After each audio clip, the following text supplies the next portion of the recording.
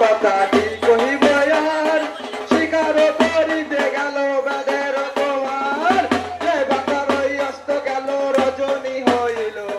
বসিয়া রইল বাদে বিল বৃক্ষ ডালে পূর্ব জন্মে ওই বেদের কত পুরনো বলে উঠিল এক শিবলিঙ্গ সেই বৃক্ষ মূলে ভগ্ন বিল্ল পত্র তখন ভরে শিবের সাথে সেই পূর্ণ ফলে বাদে গেল পুষ্প রাধে ফাল্গুন মাসে কৃষ্ণ পক্ষ তাই